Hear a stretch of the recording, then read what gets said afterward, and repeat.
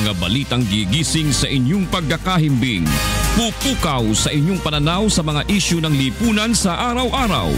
Ito ang Hataw Balita.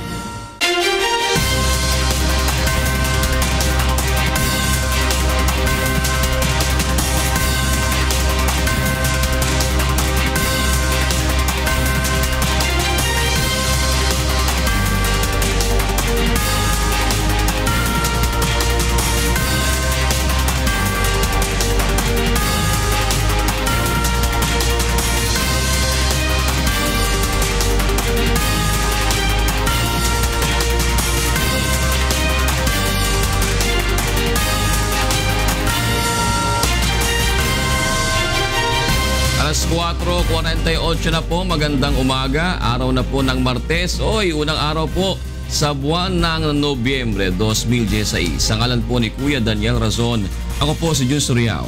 At ako naman si Rina Villamor. Narito na po ang mga humahataw na balita. Inspeksyon sa mga pumapasok sa Manila North Cemetery, lalo pang hinigpitan. Mga nakumpiskang ipinagbabawal na bagay, mas dumami pa. Former President Fidel Ramos nagbitiw na bilang Special Envoy to China. Malacanang wala pa umanong natatanggap na resignation letter mula sa dating Pangulo. Presyo ng liquefied petroleum gas o LPG, may mahigit 3 pisong dagdag kada kilo simula ngayong araw. Halaga ng produktong petrolyo tataas din. Chikungunya cases sa Indang Cavite umakyat na sa mahigit 800. At members, Church of God International, tumanggap ng parangal mula sa Filipino Community Council of Australia.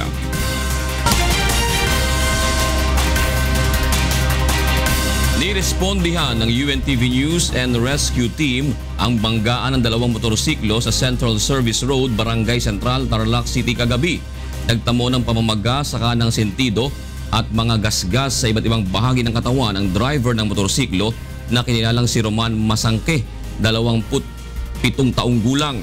Agad na nilapatan ng paunang lunas ng grupo ang biktima bago nila sa Central Luzon Doctors Hospital ng rumispondiring Ecumenical Christian College Rescue. Samantala ang ECC Rescue naman ang tumulong sa buntis na angkas ng motorsiklo na nakabanggaan ni Masangke. Mula sa 400, umakyat na sa mahigit 800 ang naitalang kaso ng chikungunya sa Indang Cavite. Naiulat ang pinakamaraming kaso ng sakit na umabot sa 207 sa Barangay Guyam Malaki, kung saan unang may naitalang chikungunya patient. Bunsod nito, mas pinaigting ng lokal na pamahalaan ang pagsasagawa ng cleanup drive sa bawat barangay sa munisipalidad. Bakit po linggo-linggo? Dahil sa loob lamang yung itlog ng lamok, sa loob lamang ng 7 hanggang 10 araw, ito ay adult mosquito na. Ganun po kabilis. At ito ay mahigit na 100 sa isang pangingitlog. Mangingitlog sila ng 100 eggs. At yun, tignan ninyo, ganun kabilis ang pagdami. Nasa loob na ng Philippine Area of Responsibility ang isang low-pressure area na binabantayan ng Pag-asa. Sa pinakahuling tala ng Pag-asa na mataan ang LPA sa layong 810 kilometers silangan ng Davao City. Nakapaloob ito sa Intertropical Convergence Zone o ITCZ at nakakaapekto ito sa lalawigan ng Palawan at sa Visayas at Mindanao region.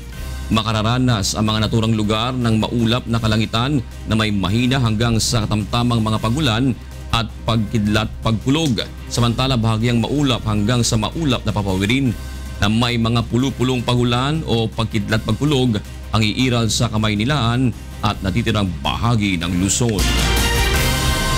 Kasabay ng pagpapaganda ng mga serbisyo sa paliparan, tututukan rin ng bagong pamunaan ng MIA o Manila International Airport Authority ang pagsasaayos ng trapiko sa paligid ng airport at pag-aalis sa mga mapagsamantalang taxi drivers sa NAIA. Narito ang hataw na balita ni Joan Nano. Isa Isa sa maituturing na magandang accomplishment ng Duterte administration ay ang pagsasaayos ng mga pasilidad at ang pagpapaganda ng serbisyo sa mga pasahero sa Ninoy Aquino International Airport. Ayon sa Manila International Airport Authority o MIAA, susunod naman nilang tutugunan ang pagresolba sa mabigat na trapiko sa paligid ng NAIA at ang pagsawata sa mga taxi driver na nagsasamantala sa mga pasahero sa paliparan. Ito ay bilang paghahanda na rin ng ahensya sa mga susunod pang holiday season kung saan dumaragsa ang mga pasahero.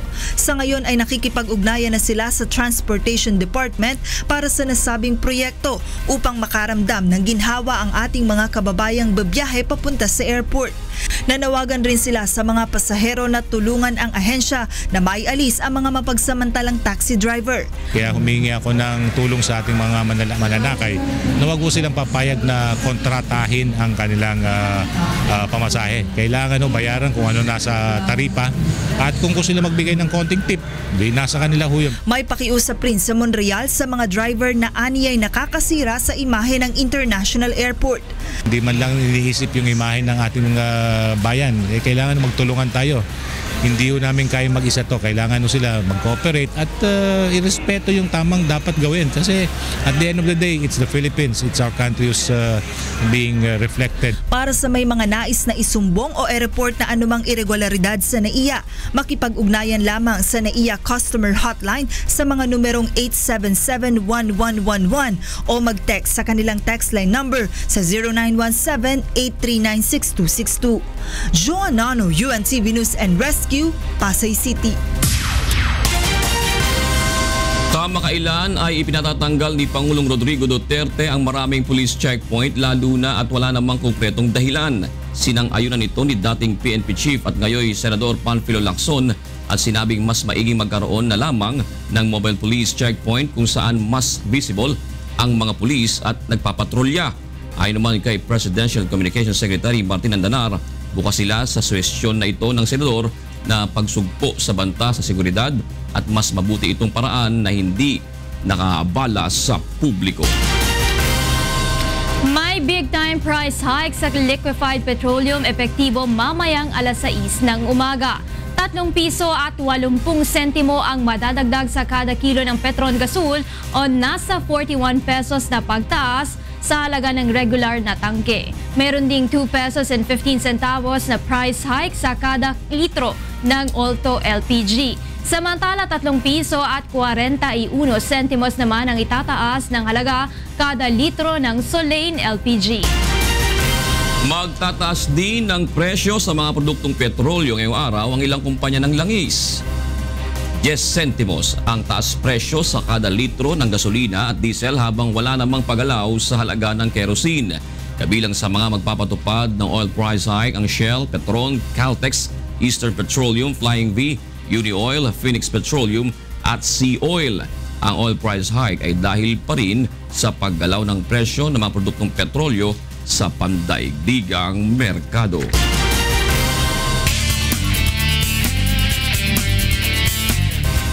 Pinagbabaril hanggang sa mapatay ang 5 tao sa loob ng isang bahay sa Mandaluyong City kagabi. Para sa detalye, may hataw na balita si Jericho Albano live. Yes, Jericho, go ahead. Rina, pinasok at pinagbabaril ng ilang armado ang 5 magkakaibigan na umano'y nagsasagawa ng drug session sa isang bahay na hinihinalang drug den sa Block 37 Barangay Addition Hills, Mandaluyong pasado alas 9 ng gabi kagabi. Kinilalang 5 biktima na sina Manuel Evangelista alias Hoodlum, Jennifer Discargar, Jan Paulo Tuboro, Edmar Velate at Marcos Apanyo. Ayon sa mga otoridad, multiple gunshot wounds sa ulo at katawan ang ikinamatay ng 5. Kwento ng 13 anyos na anak ni alias Hoodlum na may-ari ng bahay, kumakain sila kasama ang 2 pang kapatid nito nang biglang may 2 pumasok sa kanilang bahay na naka-helmet at nakatakip ang mukha. Pinapasok muna umano silang 3 magkakapatid na mga suspect sa isang maliit na kwarto bago isinagawa ang pamamaril sa mga biktima. Sinabi nito na nagsasagawa ng drug session ang 5, kabilang ang kanyang tatay nang pasukin ang mga ito. May kasama pang 4 umanong mga suspect na nagsilbing lookout naman sa labas ng bahay. Samantala, hindi naman makapaniwala ang ina ni Jennifer Discargar sa sinapit nito sa kamay ng mga suspect. Dala pa umano nito ang 200,000 pesos na kinita nito sa pagbebenta ng bahay. Ayon sa ina nito, hindi na nila natagpuan ng 200,000 piso sa dala-dalag ng kanyang anak. Patuloy ngayon ang investigasyon ng mga pulis sa nangyaring panloloob at pamamaril na recover sa crime scene ng ilang gramo ng shabu at drug paraphernalia. Yan ang ating nakalap na balita sa Mandaluyong, Rina. Maraming salamat sa iyo, Jericho Albano mula sa Mandaluyong City. At para naman sa mga balita sa labas ng bansa, narito ang ating kasamang si Angela Lagunsad.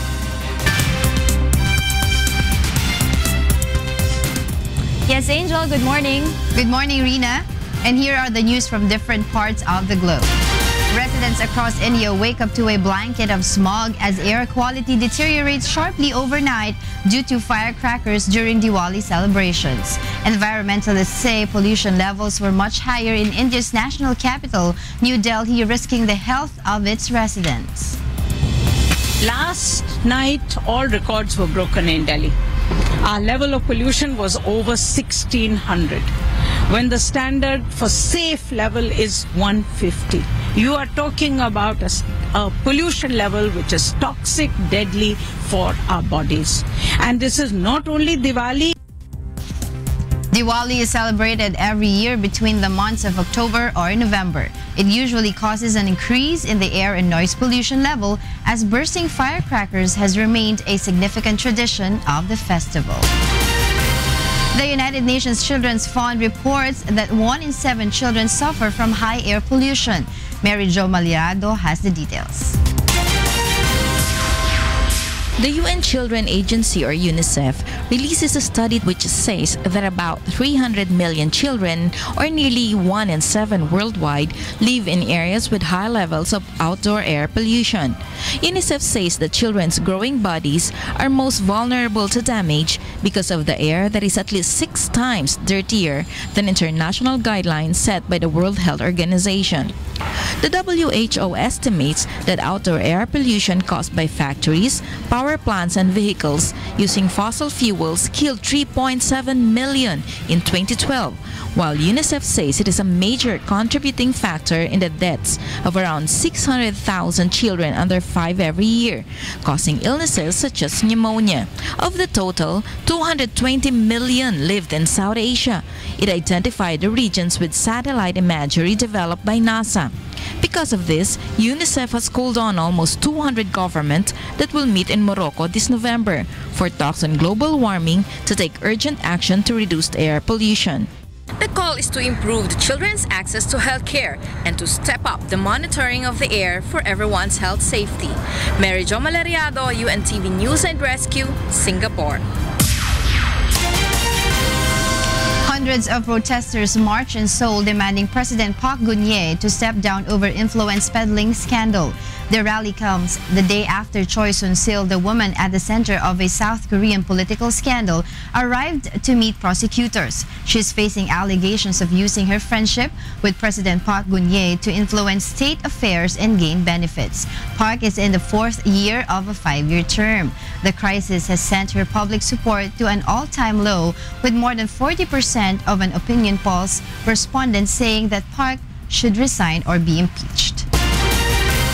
In other news, a sleeping giant panda wrestled a man who entered his enclosure in southern China's Jiangxi province. A surveillance video shows a man sneaking into the enclosure and touching the head of the panda named Mei Ling.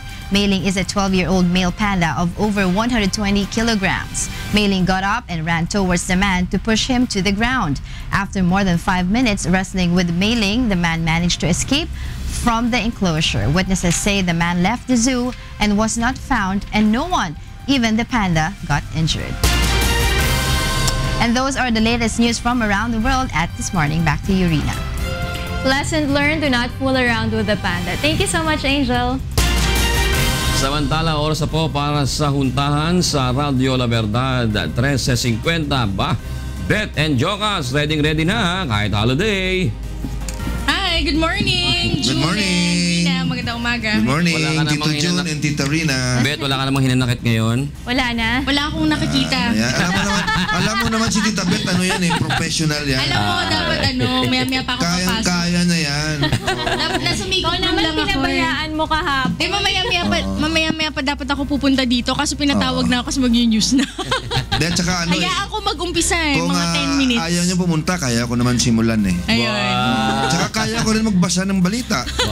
Sige, Baka akala mo ikaw lang marunong mang-English. Sige nga, Tito Joy, ikaw nga magbasa niya. Nako, narito na ang mga dapat abangan nyo bukas.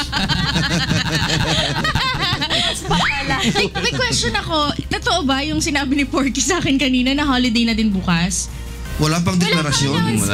Sabi ni Porky Wala pang announcement. Balik ang color coding. Si Porky kasi advance yan eh. Sabi din ni George eh. Advance yung almusal, yung tanghalian. Na-check na lang natin. Baka nga. Hindi nyo lang napansin last week.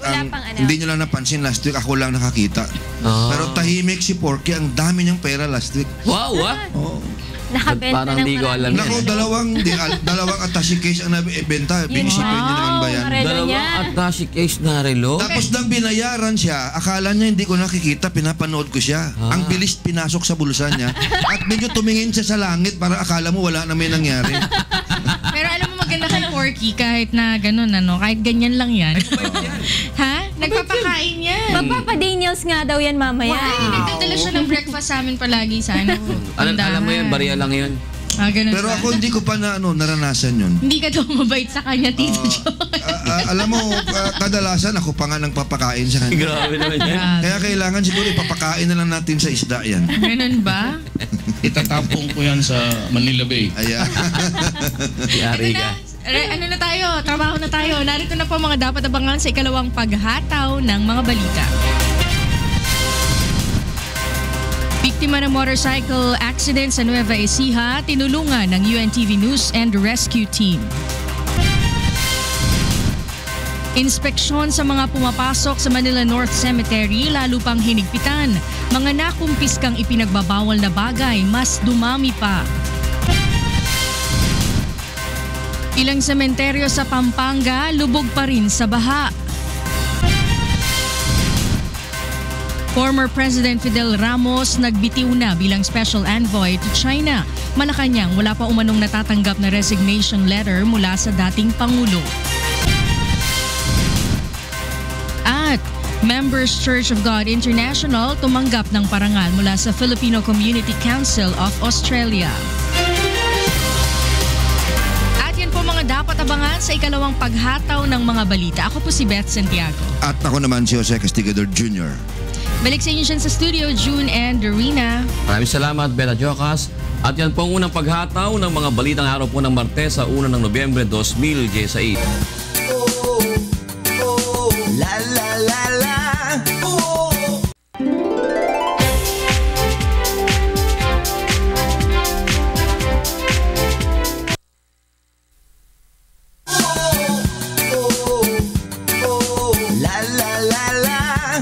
Good morning sa inyo ha. Puntahan na natin sina June at saka si Angela para sa ikalawang paghataw ng mga balita sa Good Morning Kuya. Metropop. Magandang umaga muli sa ating mga kasangbahay. Araw po ngayon ng Martes sa 1 ng Nobyembre 2016. Narito na po ang ikalawang paghataw ng mga balita. Dating Pangulong Fidel Ramos nagbitiw na bilang special envoy to China. Malacanang wala pa umanong natatanggap na resignation letter mula sa dating Pangulo. Biktima ng motorcycle accident sa Nueva Ecija, tinulungan ng UNTV News and Rescue Team. UNTV News and Rescue Team kabilang sa nakahandang umalalay sa mga magtutungo sa Manila North or Manila South Cemetery. Inspeksyon sa mga pumapasok sa Manila North Cemetery, lalo pang hinigpitan. Mga nakumpiskang ipinagbabawal na bagay, mas dumami pa. At ilang sementeryo sa lalawigan ng Pampanga, lubog pa rin sa baha.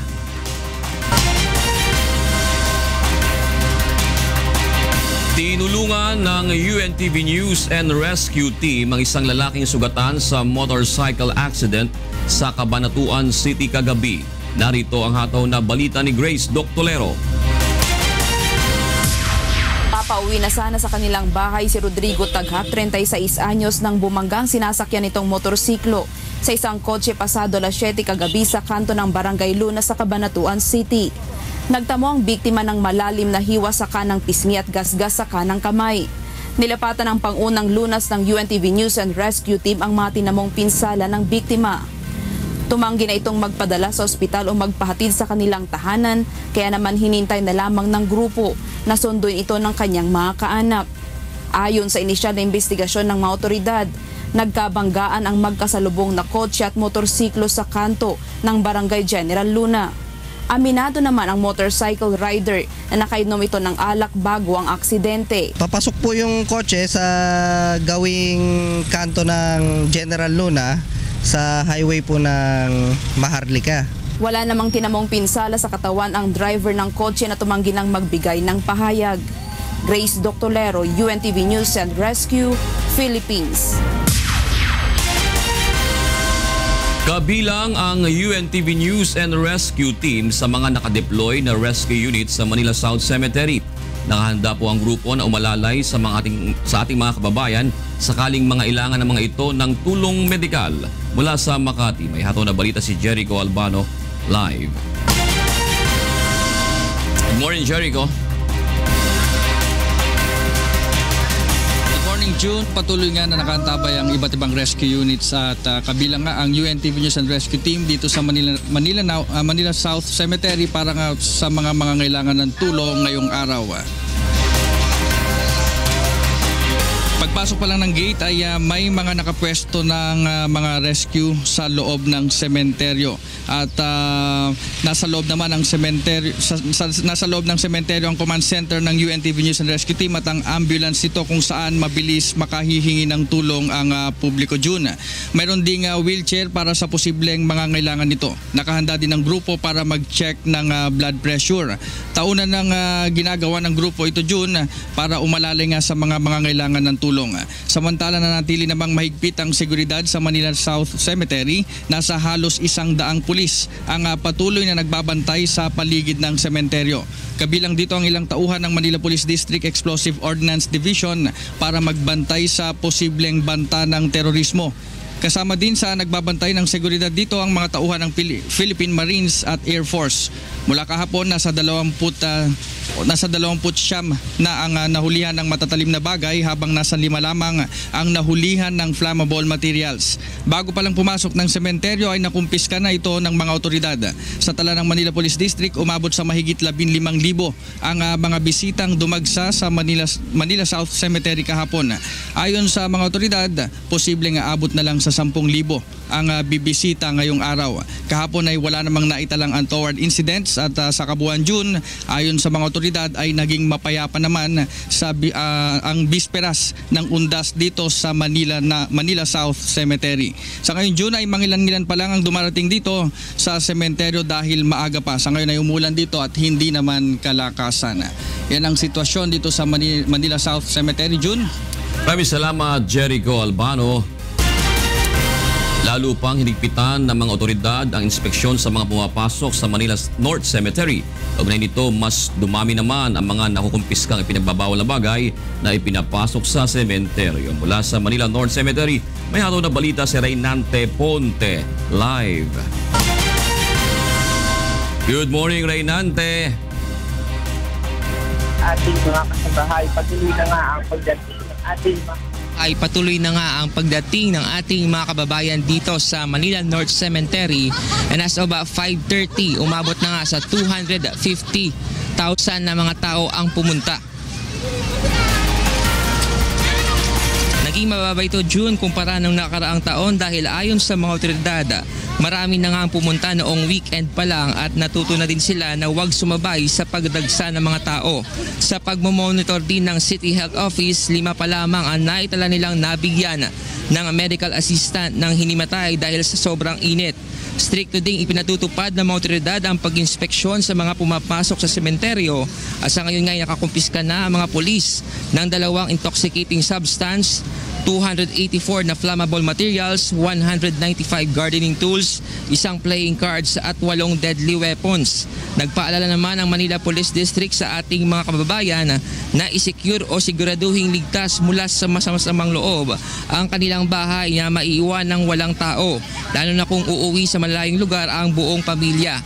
Ipinapayo rin June na huwag nang bibit-bitin ang mga maliliit na anak at mga matatanda, lalo na mga may sakit na matatanda dahil hindi kumbinyente para sa kanila ang siksikan ng mga tao. Ang mga bata ay baka mawala pa kapag nalingat ang mga magulang o nakakatandang kasama at mga matatanda. Baka samain pa ng pakiramdam sa dami ng tao at init ng panahon. Mabuting alamin din June ang mga parking areas na itinalaga ng otoridad sa Manila North Cemetery para makatipid sa oras, pagod at effort. At ito nga sa North Cemetery, ang mga parking areas dito ay ang Craig Street, Simon Street, F. Huertas, Sulu Street, Oroquieta at Metrica.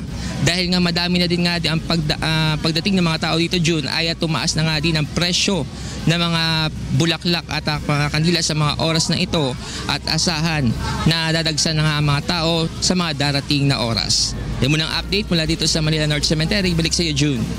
Maraming salamat, Reynante Ponte. Nakatakdang magtungo si Pangulong Rodrigo Duterte sa libingan ng kanyang mga magulang sa Davao City ngayong araw. Ito ang kinumpirma ni Special Assistant to the President Bongo.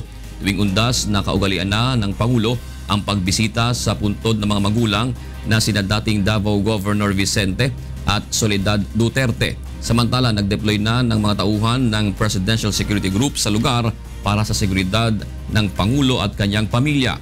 Magugunitang umiyak noon sa puntod ng kanyang ina si Pangulong Duterte matapos manalo sa nakalipas na halalan. Samantala, nagtugo na kahapon si Vice President Leni Robredo kasama ang kanyang 3 anak sa puntod ng yumaong asawa. Si dating Secretary of Interior and Local Government Jessie Robredo ay nakalibing sa Eternal Gardens Memorial Park sa Naga City. Agosto noong taong 2012 nang pumanaw ang dating kalihim matapos bumagsak ang eroplanong sinasakyan sa karagatang sakop ng Masbate. Nagdagdag naman ang mga civilian police sa Tugatog Cemetery ang Malabon Police upang makatulong sa pagpapanatili sa kaayusan sa lugar. May hataw na balita si Maki Libraderia live. Yes, Maki, go ahead. Good morning Angela, good morning Kuya at sa lahat ng ating mga kasambahay. Inaasahan na aabot ng 5 hanggang 6,000 katao ang bibisita dito ngayon sa Tugatog Cemetery. Kaya naman nagdagdag pa ng mga civilian police ang Malabon Police dito sa loob at labas ng sementeryo para anya mas mabantayan nila ito. Ayon kay PO2 Edito Aureliano ng PCP4, random na nag-iikot ang mga civilian at naka-uniforming pulis sa loob ng himlayan. Sa isang arawan niya ay nasa 100 uniform police na at 40 naman na mga civilian police ang magbabantay at magpapatrolya sa sementeryo. Marami rin umanong volunteer mula sa barangay at grupo ng guardians na nag-iikot sa sementeryo para masiguro ang peace and order dito kahit padagsana ang tao mamaya. Samantala, pinapaalalahanan pa rin ng otoridad ang mga kababayan nating pupunta ng sementeryo ngayong araw. Maigian niya na huwag nang magdala ng mga ipinagbabawal na gamit sa loob upang makaiwas na rin sa abala. Karaniwan na rin anyang problema sa sementeryo kapag marami ng tao ay ang mga batang nawawala, kaya pinapayuhan ang mga magulang na bantayang maigi ang kanilang mga anak. Angela, sa ngayon ay paisa-isa na nga nagdadatingan itong ating mga kababayan dito sa Tugatog Cemetery at inaasahan na mamayang alas 8 ay magsisimulang mas dumagsa pa itong ating mga kababayan. Yan ang mga latest. Balik sa iyo, Angela. Maraming salamat, Maki Libraderia, live na nagulat mula sa Malabon City. Kanya-kanya namang diskarte ang ilan nating kababayan na nagtutungo sa ilang malalaking sementeryo sa Pampanga dahil lubog pa rin sa baha ang ilan sa mga ito. May hataw na balita si Joshua Antonio live. Joshua? Angela, magandang umaga. Hirap pa rin ang ilan nating mga kababayan dito sa Pampanga na magtutungo sa puntod ng kanilang mga pumanaw ng mga langit sa buhay. Ito ay dahil lubog pa rin sa tubig baha ang ilang malalaking sementeryo sa probinsya na sanhi ng bagyong Karen at Lawin. Gaya na lang sa sementeryo sa bayan ng Makapilit na Kontol. May bahagi na hanggang tuhod ang tubig baha. Kaya naman kanya-kanya na lamang ang ito ng diskarte upang malinisan ang puntod ng kanilang mga kanak, gaya ng magpapatong-patong ng mga sako ng buhangin. Sa ibang lugar naman, upupa ng tubig baha, ngunit naipon naman ng mga na bahagyan ng natuyo, kaya naman mahirap din linisin. Angela, samantala ngayong umaga ay naasahan ng lalo pang tagsa ng mga tao sa mga sementeryo dito sa Central Luzon. Kaya naman ito gagawin sekretary ng PNP Office. Ayon sa PNP Region 3, nag-deploy sila ng 5,000 police personnel sa mahigit 500 sementeryo dito sa Central Luzon upang magbantay sa seguridad ng ating bayan. Ang pinagkataon na ipasok ng mga sementeryo tulad ng alat, sound system at matutulis na mga bagay. Nagpatupad naman ng traffic routing ang ilang bayan at syudad na malapit sa pangunahing kalsada ang mga sementeryo. Katulad na lamang sa syudad ng San Fernando, Magalang, Mexico, Guagua at Lubao. At yan muna ang balita mula dito sa Pampanga. Balik sa inyo dyan. Angela. Maraming salamat Joshua Antonio, live na nagulat mula sa Pampanga. Maglalagay naman ng random checkpoint ang PNP sa mga sementeryo at mass grave sites sa Tacloban upang magbantay sa seguridad para sa inaasahang pagdagsa ng mga tao ngayong araw. May hataw na balita si Jeneline Gakit live. Jeneline, go ahead. Babalikan po natin ang report na yan ni Jeneline Gakit. Samantala nakuna ng UNTV drone ang ilang permanent housing unit sa Tacloban City na hanggang ngayon ay hindi pa rin tapos itayo 3 taon na makalipas ang pananalasa ng Super Typhoon Yolanda. Narito ang hataw na balita ni Jeneline Gakit. 8 ngayong Nobyembre ay gugunitain ng mga taga-Tacloban City ang trahedyang sinapit matapos manalasa ang bagyong Yolanda. Bagaman 3 taon na ang nakalipas mula nang bayuhin ng malakas na bagyo ang lungsod, bakas pa rin ang iniwang pinsala ng kalamidad. Sa paglilibot ng UN Civil News and Rescue Team sa lugar, napag-alaman na marami pa ring residente ang hindi pa nakakalipat sa permanent shelters dahil hindi pa nakokumpleto ang mga proyekto. Sa ulat ng City Housing Department, mahigit 2,000 pamilya pa lang ang naililipat sa mga permanenteng pabahay. Sa footage ng UNTV drone, makikita ang mga housing unit na hindi pa kompletong istruktura, partikular sa Ridgeview Park 1 and 2 sa Barangay Cabalawan. 2,000 units ang planong itayo ng City Housing Department sa site, ngunit 989 na pamilya pa lamang ang nakakalipat dito. Ang mga nakompleto namang shelters ay hindi pa maaaring tirhan hanggat hindi inirekomenda for occupancy ng City Engineering's Office. Sa tala ng lokal na pamalaan, mahigit 200 pamilya pa ang nananatili sa temporary shelters habang marami pa ang mga nakatira sa danger zones. Our major problem, I think, for Tacloban now is moving these people living in the danger zones doon sa safe area. Kaya nga talagang tinutukan namin yung tubig. Para talagang yung basic services, magkaroon sila at para ma-move sila doon sa kanilang dapat tirahan. Target ng pamalaan na mailipat sa mas ligtas sa lugar hanggang 2018 ang mahigit sa 16,000 pamilya na nakatira sa coastal areas. Jeneline Gakit, UNTV News and Rescue, Tacloban, Leyte. Maglalagay ng random checkpoint ang PNP sa mga sementeryo at mass grave sites sa Tacloban upang magbantay sa seguridad para sa inaasahang pagdagsa ng mga tao ngayong araw.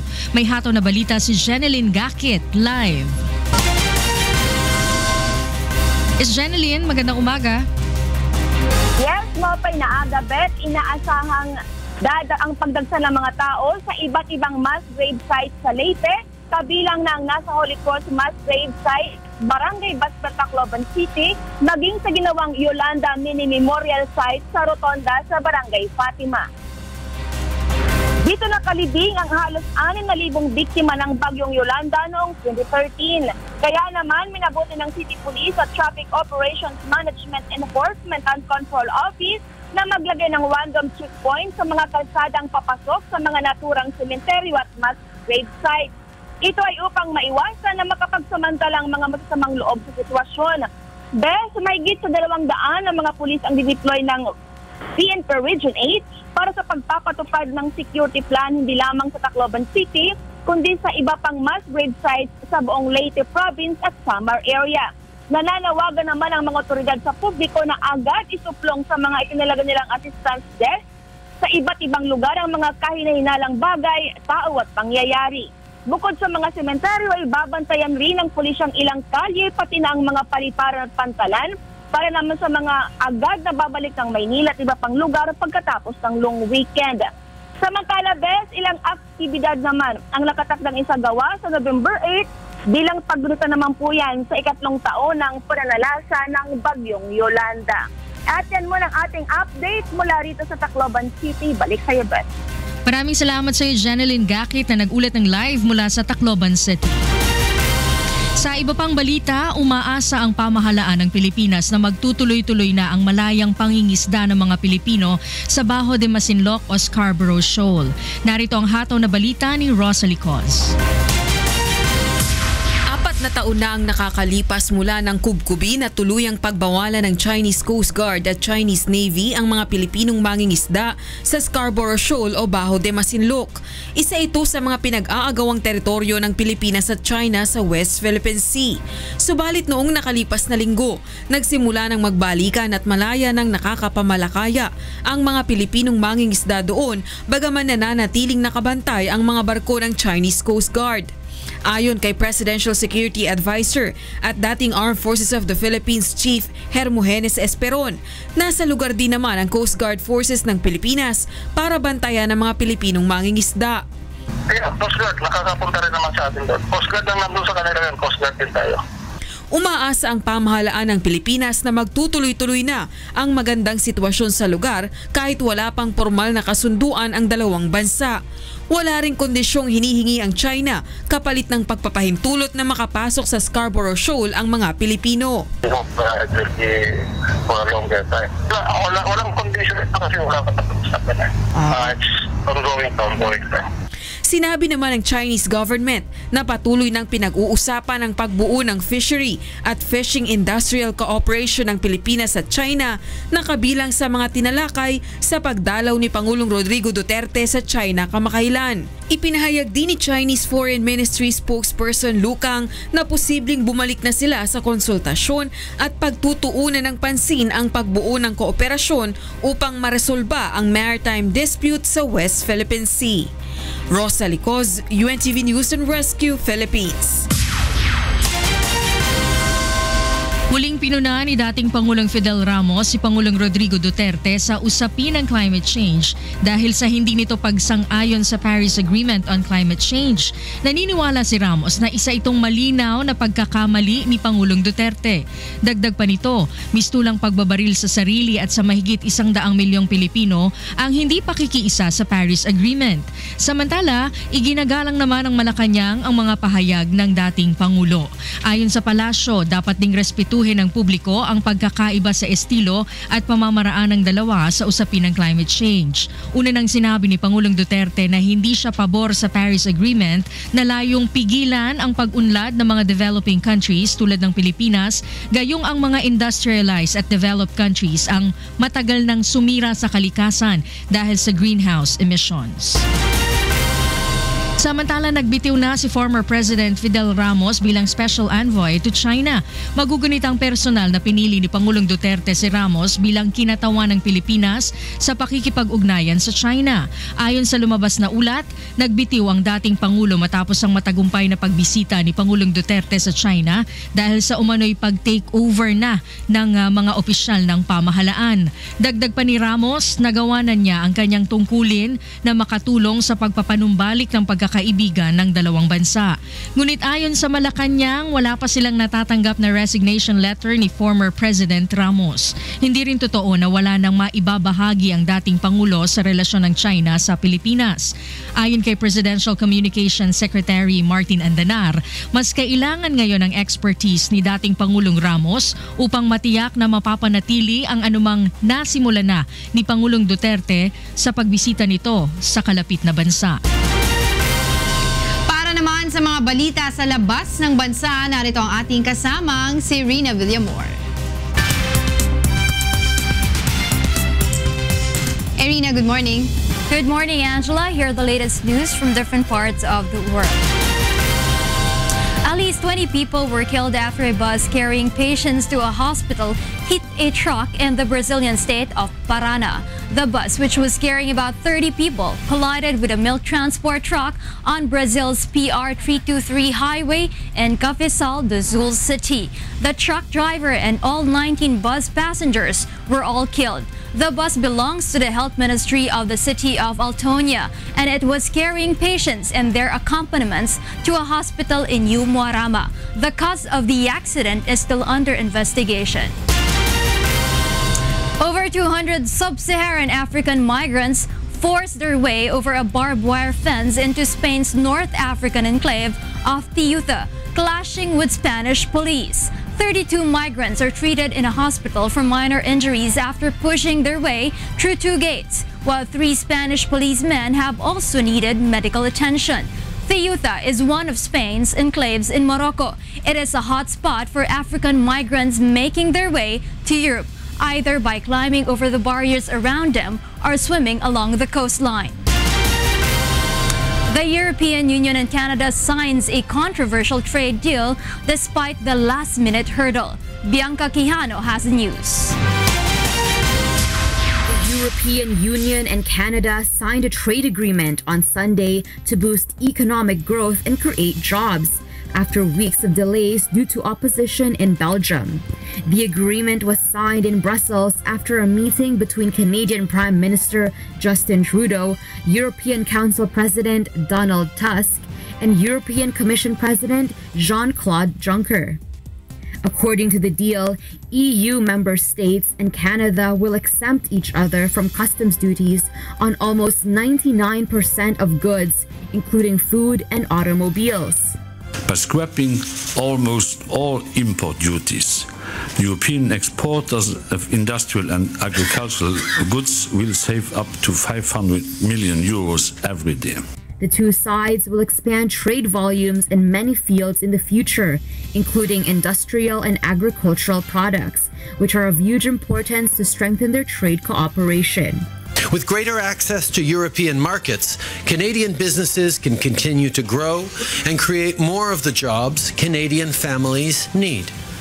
We know that jobs in competitive exporting sectors offer better pay, with wages that are 50% higher than in industries that are not trade intensive. And those are the kinds of jobs we look forward to welcoming as a result of today's agreement. Greater market access, more economic growth, and stronger job creation. Canada is the first country in the Group of Seven, also known as G7, to sign such a free trade agreement with the EU. Meanwhile, the EU hopes to strengthen cooperation with Canada in the energy industry and Arctic exploration. Bianca Quijano, UNTV News and Rescue, Toronto, Canada. And those are the latest news from around the globe at this hour. Back to you, Angel. Thank you, Rina. Para sa mga karagdagang balita, bumisita lamang sa aming website na untvweb.com. At abangan sa ikatlong paghataw ng mga balita. Kaso ng chikungunya sa Indang, Cavite, umakyat na sa mahigit 800. Cleanup drive at search and destroy operation kontra Zika, mas paigtingin ng Provincial Health Office. Mga dugong idodonate sa mga buntis na nangangailangan ng blood transfusion, kailangan munang isailalim sa Zika screening ayon sa Health Department. Kontribusyon ng Members Church of God International sa community services, binigyang pagkilala ng Filipino Community of Australia. At veteranong aktor na si Ray PJ Abellana umanga sa estilo ni Kuya Daniel Rason sa pagsusulat ng mga linya ng mga artista sa isang araw, ikatlong yugto. At iyan po ay ikalawang paghataw ng mga balita sa umaga ito ng Martes sa 1 ng Nobyembre 2016. Magbabalik po ang Good Morning Kuya. La la la la.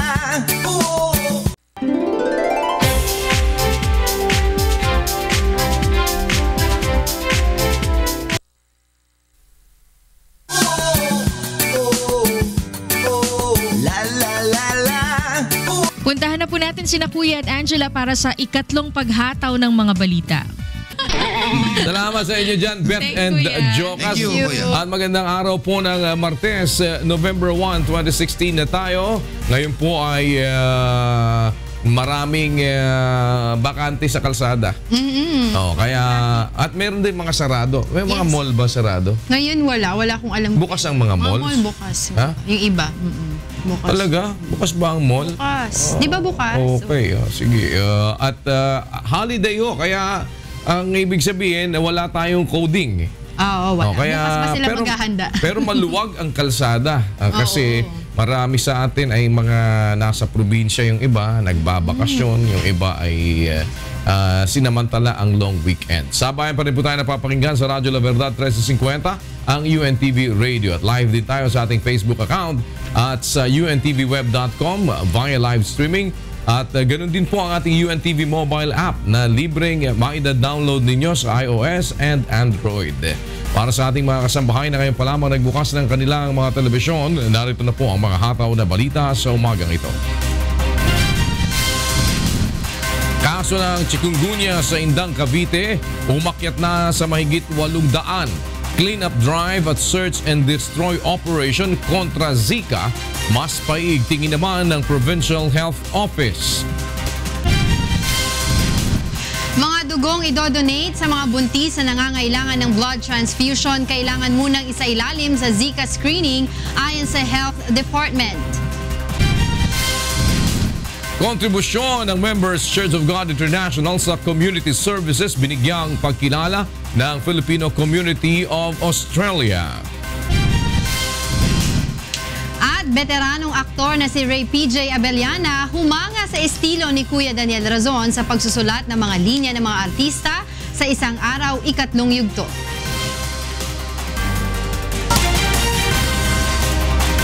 Sa detalye ng mga balita, mula sa 400 umakyat na sa mahigit 800 ang naitalang kaso ng chikungunya sa Indang, Cavite.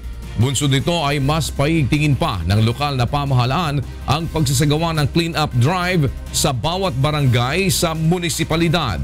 Narito ang hataw na balita ni Guillier Dumaran. 11 barangay sa Indang, Cavite ang nadagdag sa listahan ng mga apektado ng chikungunya virus. Sa 36 na barangay sa munisipalidad, 13 na rito ang naiulat na may chikungunya cases. Sa tala ng Cavite Provincial Health Office, doble ang itinaas ng chikungunya cases sa munisipalidad ng Indang. Mula sa 400, umakyat ito sa 806. Naiulat ang pinakamaraming kaso ng sakit na umaabot sa 207 sa barangay Guyam, Malaki, kung saan unang may naitalang chikungunya patient. Kabilang rin sa mga apektadong barangay ang Agusos, Kalumpang Serka, Guyam Munti, Dayne 1 at 2, 50 Halayhay, Kailambog, Village 4, 50 Balagha, Bunalejos at ang barangay Alulod. Kabilang sa mga sintomas ng chikungunya ay lagnat, pananakit ng kasukasuan at pagkakaroon ng rashes. Kasi yun lang pagising ko sa umaga, hindi ako makatayo. Bali, 3 days, mataas ang lagnat ko. Tapos after that, lumabas ang rashes. Matindi ang sakit ng joint. Hanggang ngayon, nabalik. Dahil dito, mas paiigtingin ng Provincial Health Office ang pagsasagawa ng mga clean-up drive at search and destroy operation sa bawat barangay sa Indang. At po ito'y linggo-linggo. Bakit po linggo-linggo? Dahil sa loob lamang yung itlog ng lamok, sa loob lamang ng 7 hanggang 10 araw, ito ay adult mosquito na. Ganun po kabilis. At ito ay mahigit na 100 sa isang pangingitlog. Mangingitlog sila ng 100 eggs. At yun, tignan ninyo, ganun kabilis ang pagdami. Muli namang nagpaalala ang health office sa mga residente sa lalawigan na panatilihing malinis ang kapaligiran upang maiwasan ang pagkalat ng lamok na carrier ng chikungunya virus. Una nang idineklara ang state of calamity sa munisipalidad ng Indang upang magamit ang nasa 70 milyong pisong pondo para sa mga gamot ng mga apektado ng naturang sakit. Guillier Dumaran, UNTV News and Rescue, Indang, Cavite. Naglabas ng panibagong guidelines ang Department of Health kaugnay sa Zika screening. Ayon kay Health Undersecretary Gerardo Bayugo, sa halip na dumaan sa pagsusuri ang lahat ng blood donors, ang mga magdodonate na lamang ng dugo sa mga buntis ang isa sa ilalim sa Zika virus testing. Paliwanag ng opisyal, mas praktikal itong gawin dahil nagkakahalaga ng 6,000 piso kada donor ang Zika screening. Ginawa ang hakbang na ito upang maiwasang magkaroon ng Zika virus ang nagdadalang tao dahil maaari itong makuha sa pamamagitan ng blood transfusion. Sa huling tala ng Health Department, umabot na sa 17 ang locally transmitted Zika cases sa bansa. Alamin naman natin ang sitwasyon ng trapiko sa mga oras na ito mula kay John Nano, live. Yes, John, go ahead. Magandang umaga sa iyo, Angela. Magandang umaga sa lahat ng ating mga kasangbahay. At syempre, magandang umaga rin kay Kuya Daniel. Alam mo, Angela, marami talaga sa ating mga kababayan ang nanibago at natuwa sa kanilang pagbiyahe kahapon dahil talaga namang maluwag at tuloy-tuloy ang sitwasyon sa ating mga lansangan kahapon. Actually, kami mula dito sa Quezon City, nag-travel kami mula dito sa may UNTV patungo dyan sa may Naiya. Inabot lamang kami ng nasa 30 minutes kung ikukumpara dun sa usual naming biyahe na inaabot kami ng halos 2 oras. Kaya naman para sa ating mga kababayan na maglalakbay po ngayong araw ng Martes, ay asahan na po natin ang light traffic situation sa mga pangunahing lansangan sa Metro Manila. Alamin natin ang lagay ng traffic.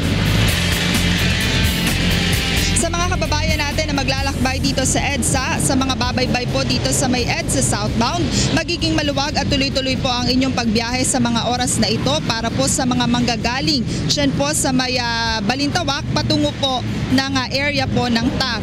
Gayun din po ang mararanasan ng mga motorista na daraan naman po sa EDSA northbound sa mga babiyahe po panorte at patungo po dyan sa may NLEX. Wala rin pong masyadong magiging problema dahil light traffic rin po ang sitwasyon mula po sa may area ng Macapagal Avenue hanggang sa may lugar po ng Muñoz. Sa mga maglalakbay naman po sa may bahagi ng Commonwealth Avenue, ang eastbound area po para po sa mga babiyahe patungo po ng Rizal area at Fairview, Quezon City, magiging tuloy-tuloy po ang daloy ng mga sasakyan, gayon din po sa may bahagi ng westbound area. Samantala, Angela, puntahan naman natin ang sitwasyon ng trapiko sa ilang malalaking mga sementeryo dito sa Metro Manila. Dito, unahin natin itong Manila Chinese Cemetery, itong sa may South Gate. Sa ngayon ay walang masyadong magiging problema yung ating mga motorista na daraan po dyan sa may Manila Chinese Cemetery dahil maluwag pa po ang sitwasyon ng traffic din sa lugar po na yan. Samantala dito naman sa may Loyola Memorial Park sa may Marikina, sa mga oras na ito ay kakaunti pa lamang po yung dumarating po dyan sa may Loyola Park Marikina. Kaya naman po para sa ating mga kababayan na maglalakbay po sa may area na yan, ay asahan na rin po ang light traffic situation. Samantala dito naman po sa may Bagbag Cemetery, sa mga oras na ito ay bahagyan na pong dumarami yung bilang ng mga tao na dumarating po dyan sa may sementeryo po na yan. Kaya naman medyo asahan na po rin ng ating mga motorista yung bahagyang pagbagal sa daloy ng mga sasakyan dyan po sa may area ng Bagbag Cemetery. Angela, muli nga natin ipinapaalala sa lahat ng ating mga motorista na ngayong November 1 ay lifted po ang ating number coding scheme. Pero bukas ay sisimula na po ng Interagency Council o IAC ang pagpapatupad po ng extended hours sa number coding scheme. Ibig sabihin ang ating pong number coding ay iiral na po simula alas 7 ng umaga hanggang alas 8 po yan ng gabi. Gayun din, kaalinsabay niyan ay sisimula na rin ipatupad ang expanded no window hours policy at para nga sa kompletong listahan ng mga lugar kung saan po yan ipatutupad, maaari pong bisitahin ng ating mga kababayan ang website po ng MMDA sa mmda.com.ph. Yun muna ang latest. Balik sa iyo, Angela. Maraming salamat sa iyo, John, live na nag-ulat mula sa Quezon City. Nag-uulan-ulan kahapon may mga patak-patak. Kahit kaninang madaling araw. May mga pag-uulan din. Paggabi, medyo malamig-lamig. Mambun-mambun, tsaka mulan-mulan. Alamin natin ang lagay na panahon mula kay Ray Pelayo. Nasa atin po UNTV Weather Center. Ray, mumulan-mulan ba? Opo, Kuya Daniel. Medyo makulimlim ang malaking bahagi ng ating bansa. Unang-una, itong pag-iral ng Intertropical Convergence Zone. Malaking bahagi po ng bansa apektado. Plus may paramdam na kuya, ito pong amihan natin, medyo may kaunting pag-ambon sa may Northern Luzon kuya. May nakapasok na daw na bagyo? LPA pa lang po ito kuya, pero itong LPA may possibility na malusaw. Meron pong isa sa labas ng PAR, pero ito po yung malaking chance na by tomorrow or Thursday, posibleng pumasok at maging bagyo kuya.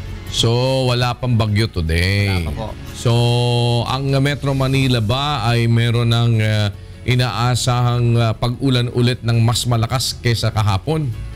Sa ngayon po kuya, hindi po ganun nakikita ng pag-asa. Mga pag-ambon lang, pero halos buong maghapon, makulimlim po tayo at paminsan-minsan meron pong pag-ambon tayong maranasan. Kumusta ang kanina, temperature? Temperature natin as of 6 a.m. kuya, nasa 24.8 degrees Celsius po tayo. Medyo bumababa na po ng kaunti yung ating temperature. Kahit sa Tuigaraw, mga nasa 29 lang po dyan yung maximum kuya.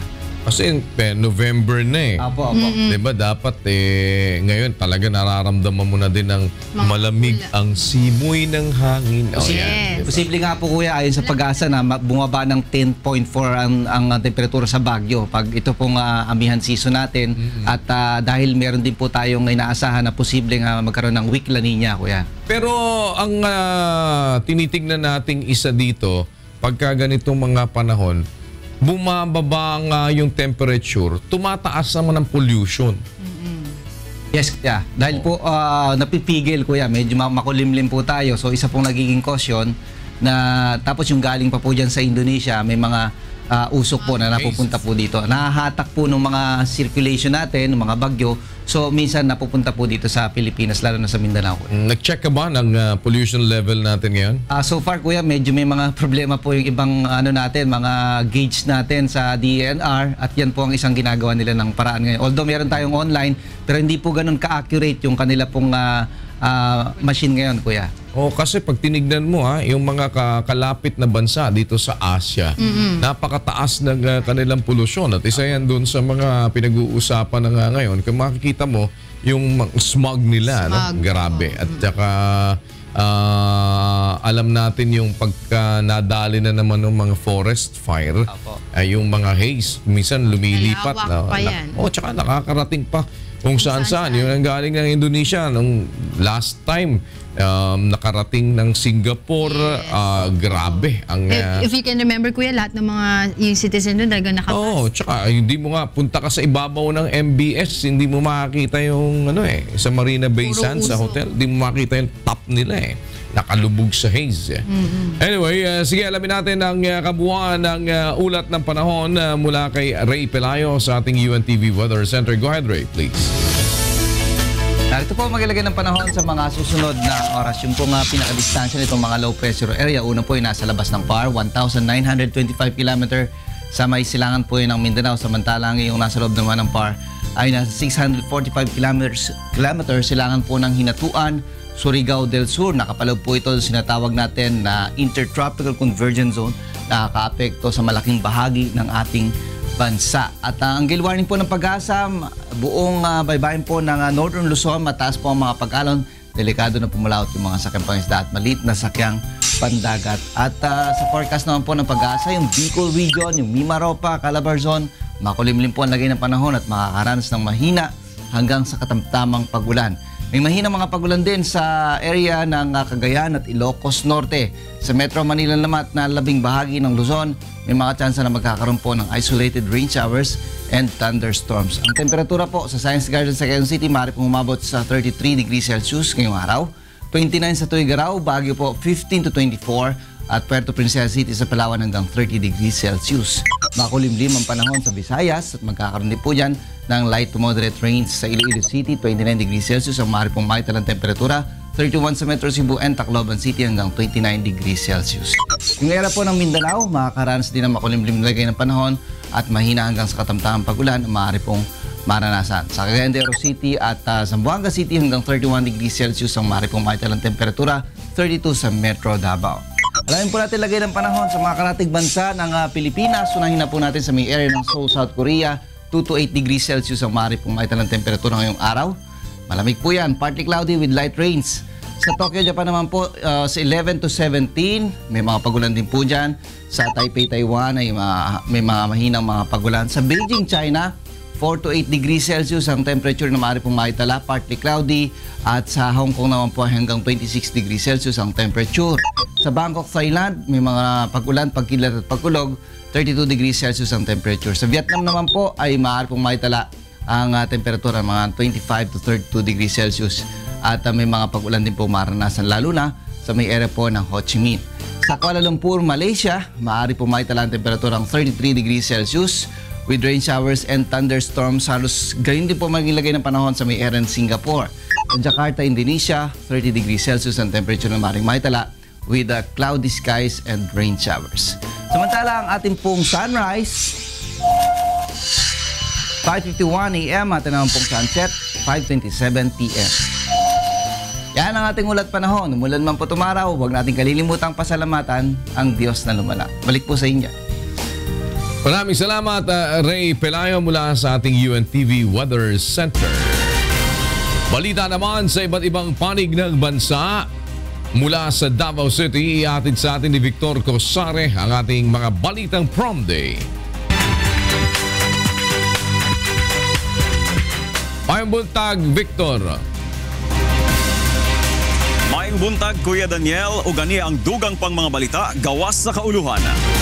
Patay ang duha ka bata o 14 uban pa ang naangol human madisgrasya ang ilang gisakyan nga L300 van sa barangay Juan Malvar sa Batangas kagahapon. Sumala pa sa PNP Batangas, nadala pa sa ospital ang 9 anyos o 12 anyos nga mga biktima apan gikabsan gihapon sa ilang kinabuhi.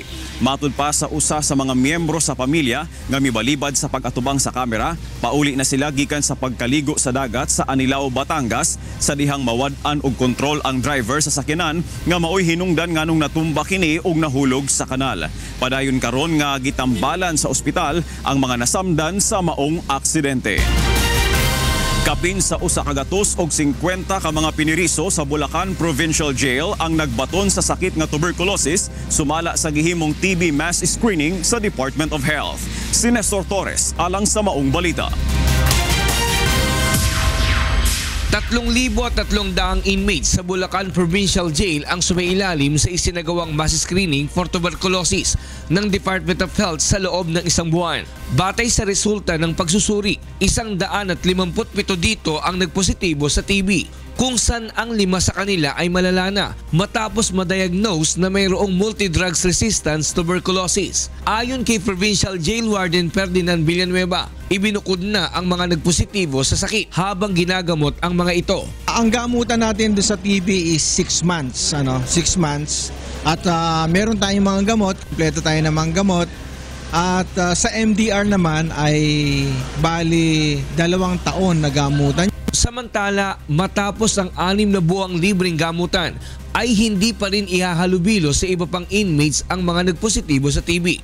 Pinapayuhan din ang mga ito na ingatan ang kalusugan kahit nasa loob ng bilangguan. Vegetables, dapat yun ang kinakain nila. So unang-una, bawal yung sigarilyo. So at saka yung kalinisan. Dapat malinis yung kanilang kapaligiran, yung kanilang selda, dapat malinis yan. And then, nagsusuot sila ng mask. Dapat may mask sila. At tuwing umaga ay nagpapaaraw sila. Kaya merong sunning area tayo. Nestor Torres, UNTV News and Rescue, Bulacan. Gireklamo sa mga residente sa Ridgeview Park Permanent Shelter Site sa Cabalawan, Tacloban City ang grupong nagpadagan sa water system sa maong lugar. Dili uyon ang katawhan sa pagpaningil sa grupo og 2 pesos sa matag container tungod kay libre man lang nilang ginakuha sa suba ang tubig. Ang maong balita gitutukan ni Jeneline Gakit. Ridgeview Park, Barangay Cabalawan, Tacloban, Leyte, inusala ha mga ginhimo nga permanent shelter site para mga naapektaran ng Super Typhoon Yolanda hato naglabay nga Nobyembre 2013. Bulan ng Oktubre han nakalabay nga tuig, han ihatag han usa nga non-government organization han mga mulupyo dinhi ang mga tangking tubig ng tubo para hin rain harvesting and water filtration. Kaumanan pipira ka bulan, napabayan ini salit ginsalo liwat inin o sa kagrupo, tika nga mga mulupyohan lugar ang sumalo liwat hapag mintinar hini nga water system. Pero iginireklamo liwatan pipira nga mga mangurukoy didto ang 2 pesos nga sukotan RRS Group kada container nga ginaalog nga tubig. Kita maarang matika nga river nga sapa nga mawugo nga tubig nga iba na nera at kabayray dan sila pi super jack man umubos pa nga makayat mulupyo kahit kabutang din it mulupyo na kasagaran waray din ng mga trabaho. Depensa liwatin nga grupo nga nangunguluhan pa tubig ha lugar, kinahanglang gud nirahin pondo para pagmintenaran water system. Kinahanglan liwat na kami, masukot kami tagdos kay para may budget kami liwat kung oras mabuto ini may buho ba nya magripo nyam pampa nya klorin nya tagbabantay pa mukori man puro to libre. Kasumpay hini, ginaagat liwatan mga residente ha Richview Park ha Duterte administration nga mabuligan ni rahaira problema hitubig ha lugar. Kaya nananawagan kami kay Presidente Duterte na buligan kami nila na ading babalay unta ni ayuson pati ning tubig. Kay adi kami na bubuhay. Nagkakasakit at makabataan didi, agit na problema liwat tubig. Nagkakastrangkaso na. 7 katangking tubig kada adlaw ang kinahanglan para makaeksaktuhin panginanglanon ni haros usa kayukot nga pamilya nga nangungukoy ha Richview Park. Jeneline Gakit, UNTV Notisya ngan Bulig, Tacloban City. Og kana ang kinatibuk-an sa atong mga balitang from di karong buntag. Gikan diri sa Dakbayan sa Davao, balik diha sa kauluhan Kuya Daniel. Dagan salamat kanimo Victor Cosare. At para naman sa mga balita sa labas ng bansa, kasama natin si Rina Villamor. Good morning, Rina. Good morning, Kuya. These are the news abroad. Voters have mixed reactions to the announcement of the Federal Bureau of Investigation that it will investigate more emails of Democrat presidential nominee Hillary Clinton less than 2 weeks before the elections. Calvin Manaig has the news. The unexpected announcement of Federal Bureau of Investigation, or FBI's Director James Comey, that it will review its supposedly done investigation of Democratic presidential nominee Hillary Clinton's use of private email servers when she was still a U.S. Secretary of State, drew intense criticism from her supporters. According to the Secretary, the sudden announcement that came less than 2 weeks before the election is unprecedented. Back in July, Comey announced that the agency's year-long investigation had found no reason to file any criminal complaint against the secretary. Meanwhile, likely voters have mixed reactions on the FBI's announcement of the investigation.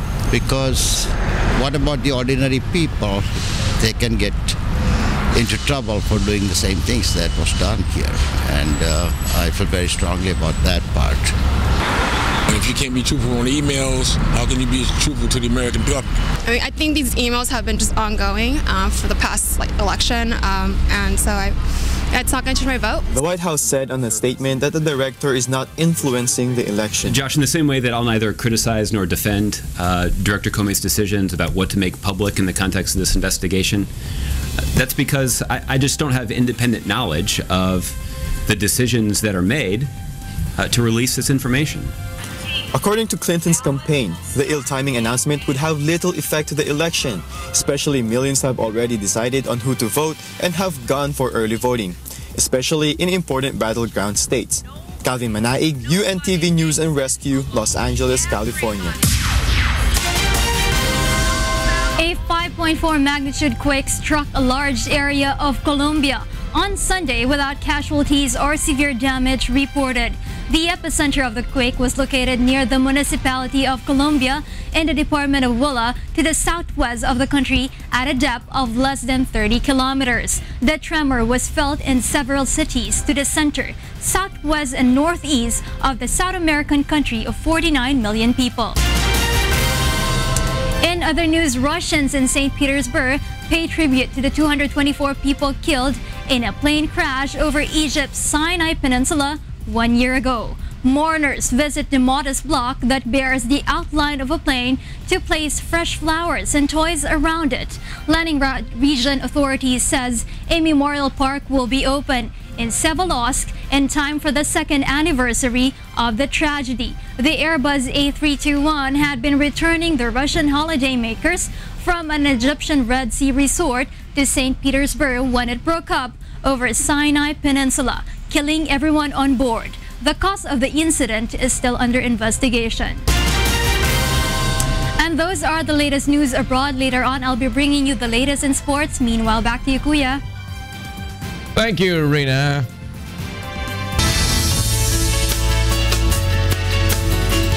Ginawa na ng pagkilala ng Filipino Community Council of Australia ang Members Church of God International dahil sa walang sawang paglilingkod sa mga kapwa Pinoy sa bansa. Narito ang hataw na balita ni Nina Bascon. There's more than 120 Filipinos in Australia who deserve to be recognized. Pinarangalan ng Filipino Community Council of Australia or PhilCA ang mga natatanging grupo at individual sa kanilang kontribusyon sa mga community services sa bansa. Isa ang Members Church of God International New South Wales at Victorian Chapter sa tumanggap ng parangal sa ginanap na PhilCA National Conference 2016 sa Queensland, Australia noong Sabado. Nakiisa rin sa gabi ng parangal ang mga volunteers ng UNTV na sumusuporta sa grupo sa lahat ng mga advokasya nito. And I also just wanted to really quickly acknowledge UNTV, the Filipino-owned public service broadcasters here with us for the whole conference and actually operate internationally. Lubos naman ang pasasalamat ng MCGI Australia Chapter sa natanggap na pagkilala. Isang inspirasyon na magtutulak po sa ating lahat na ipagpatuloy ang paggawa ng mabuti. Ito po ay gagawin natin dahil po sa advokasya ni Kuya Daniel at ni Brother Eli na ang paggawa ng mabuti ay hindi magbubunga ng masama. To God be the glory. At ito ay para sa karangalan ng Panginoon. Kaya lagi nating sinasabi, to God be the glory. Salamat sa Diyos. Sa pamamagitan ng sama-samang paggawa, ang MCGI ay patuloy na magiging katuwang ng UNTV sa lahat ng public services nito, kahit pa sa ibang panig ng mundo. Nina Bascon, UNTV News and Rescue, Brisbane, Australia. Samantala, balitang sports naman tayo. Balikan natin si Rina Villamor. Rina, di ko napanood yung laro Ay, magaganda yung mga laban natin, Kuya. Oo nga Noong first game na natin, nanalo pa rin ng NHA kontra sa GSIS. Sa second game naman, ay out na nga itong Senate Defenders natin. No? Natalo sila kontra sa BFP Firefighters. At ng third game natin, ang Malacanang Camo, undefeated pa rin sila. 4-0 pa rin yung kanilang team standings. Grabe, so magbabangga ng 4-0-4-0, BOC at saka Malacanang. Ano? Oo, Kuya, pag pinag-merge na yung ating Group A tsaka Group B, kasi sa Group A natin tsaka sa Group B, apat yung mapipili natin para pumasok doon sa ating second round. So, dalawa yung babagsak dito sa ating Group A at 3 kupo naman ang babagsak para sa ating Group B. So, ang nalaglag na Senate. Senate, Kuya, wala silang naipanalo. Pati ang DOJ, Kuya, meron silang game this coming Sunday, pero it's non-bearing game na for them. So, dalawa na laglag, Senate and DOJ. Yes, Kuya, yung sure na laglag. Tapos meron pang game, magkakaroon pa ng drawlat sa Group A kasi ang 6 teams lang tayo sa Group A, di ba? Para maging patas yun sa 7 teams ng Group B, magkakaroon pa tayo ng drawlat. So, ang Senate Defenders, posibleng meron pa silang chance na may makalaban pa sila dito, but this will be a non-bearing game na. I see. Okay. Yes. Sige, balita mo sa amin ng iba pa mga sports news. Balitang basketball, Ray Parks maswerteng napili para mapabilang sa koponan ng Westchester Knicks sa NBA D-League. Ang 23 anyos na dating guard ng National Bulldogs ang panghuli sa naturang drafting pick. Matatanda ang unang nagpamalas ng galing si Parks sa koponan ng Texas Legends noong isang taon kung saan nakapaglaro siya sa 32 laban na may average na 4.6 points at 1.9 rebounds. Huling naglaro si Parks para sa Philippine team sa FIBA Olympic Qualifying Tournament sa Manila nitong taon. Ang unang laro ni Parks ay nakatakda kasama ang kanyang bagong kuponan sa November 13 kontra sa Delaware sa 87ers. Para sa ating team standings update, nanguna pa rin para sa ating Group A, ang Malacanang Kamao na may 4-0 win-loss record. Sinusundan sila ng BFP na may 3-1, AFP na may 2-2, MMDA na may 2-2, Ombudsman na may 1-2 at Senate Defenders na walang naipanalong laro para dito sa ating UNTV Cup Season 5. Para naman sa Group B, nandyan ang BOC Transformers na may 4-0 win-loss record. Sinusundan sila ng mga kupunan ng PNP Responders, Judiciary Magis, HOR Solons, NHA Builders, GSIS Furies at DOJ Justice Boosters. At this coming Sunday, meron din tayo magiging laro dyan on November 6. Ang unang laro natin dyan ang POC kontra sa DOJ. At ang second game natin, abangan na lang natin yung schedule, Kuya. This coming week, i-announce ko sa inyo yan. Kuya, yan munang late sa sports. Maraming salamat, Rina Villamor.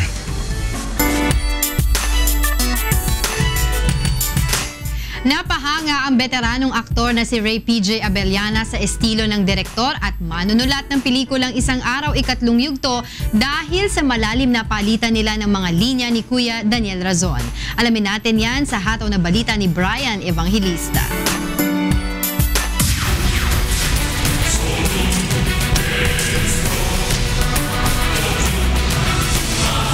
Kahit doktor ka pa, hindi mo kayang magdugtong ng buhay ng tao. Marami na akong natulungan. Marami na akong dinugtungang buhay na sumisingap.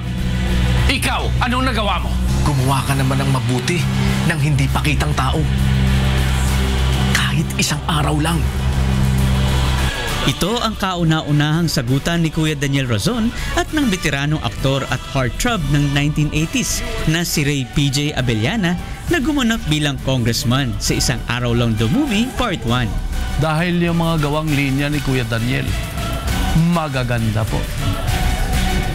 Bilang sa artista, in a way mahirap pero inspired kaming gawin yung mga eksena dahil sa gusto namin yung masyadong meaningful, masyadong malalim, intense yung kagandahan ng mga linyang gawa ni Kuya Daniel. Malaking challenge sa manunulat ng pelikula kung papaano magiging makatotohanan upang magustuhan ng manonood tulad ng ginawa ni Kuya Daniel sa part 2 naman ng pelikula na Isang Araw. Hoy, nakakalimutan mo. Kami ang gumagawa ng batas at kaya kong paikutin ang batas. Makalimutin ka. Huwag mong ubusin ang tawa mo, Congressman. Baka bandang uli, hindi mo makuhang umiti. Tandaan mo, ang tagumpay ng masama, sandali lang. Kung alin yung mas realistic, yan yung mga eksenang magugustuhan nyo lalo. Yung mas makatotohanan naming nagagawang eksena, mas yun ang magiging markado sa mga nakakapanood. Naibahagi din niya kung paanong lumalim ang kanilang samahan ni Kuya Daniel dahil sa pelikula. Kami yung mortal enemies na best of friends. Yan ang hindi alam ng marami. Hindi nyo lang po kasi nakikita kung paano kami magharap ni Kuya Daniel sa likod ng camera. Isang napakabuting tao niyan. Kaya naman, kaabang-abang ang mga linyang mapakikinggan sa Isang Araw Ikatlong Yugto na tiyak tatatak sa puso't isipan ng mga manonood.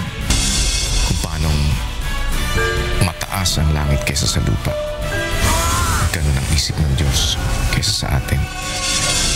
Alam niya ang punot dulo ng lahat. Kaya mas mahalaga ang hatol niya. Yun ang mas dapat nating mapaghandaan, ang pagharap sa Kanya. Isang Araw. Brian Evangelista, UNTV News and Rescue, Philippines. Kailan ba nila abangan yan, Kuya? Nakaka-excite na. Ganun din. Oo, nakaka-excite. Surprise pa din. Ano ba ang, surprise ang date. Ano ba ang role mo? Wala pa kayong binibigay sa akin, Kuya. Wala pang binibigay. Kailangan namin ng ibibitin sa ano. Pati warik ba? Yung malalaglag sa dagat. Yung malalaglag sa mga 300 feet. Oh my, ayoko ni nga marunong mag-swimming eh. Ha? Ayun, mas maganda. Makatotohanan yun, di ba? Paglubog mo. Totoo yung fear ko doon, ano? Eksakto, di ba? Talagang makikita. Pero abangan nila dahil may especially yung mga magpa-participate sa movie. Maraming mga magpa-participate. Yes, and siguro after na ng shoot namin, tsaka namin i-break kung ano yung ano. Tsaka kung sino-sino. Para tapos na lahat. Kasi habang hindi pa tapos yung movie, nagdadagdag pa ng cast. Diba? Habang nadadagdagan pa yung cast. Kung sino yung mga, ito maganda, pwede ba natin kunin sa role na to si ganito? Minsan, hindi daw available. Sige ganito, pwede ba natin kunin sa ganung role? The more na hindi mo pinapaalam, kuya, the more na nai-excite yung mga nanonood sa atin. Hindi halata yung excitement. Parang, hindi! Di ba? Para mahirap magpakunwari. Kuya, excited ako, no? So excited. Nanonood si Mami, hi, Mami Beth. Good morning po sa inyo. Musta kayo lahat po dyan? Yan. Sige, at meron ka pang trabaho. Kuya, para po sa iba pang humahataw na balita, bumisita lamang sa aming website. Ito po ang untvweb.com. Yan po ang mahataw na balita ngayong araw ng Martes, November 1. November na. Bilis, no? Lapit na naman. Mag-Disyembre. 2017 na, kuya. November. Bukas. Hindi na holiday bukas. Pasok na. Pasok na mga cheque. Mga bayarin. Na medyo, nakahinga ka ng Monday at saka Tuesday. Walang papasok na cheque ngayon. Mas lalo. Diba? Bukas, pasok ka na yan. Sunod-sunod na yan. Back to normal. Susunod na po ang programa, ang Bawal ang Pikon. Get it straight with Daniel Razon.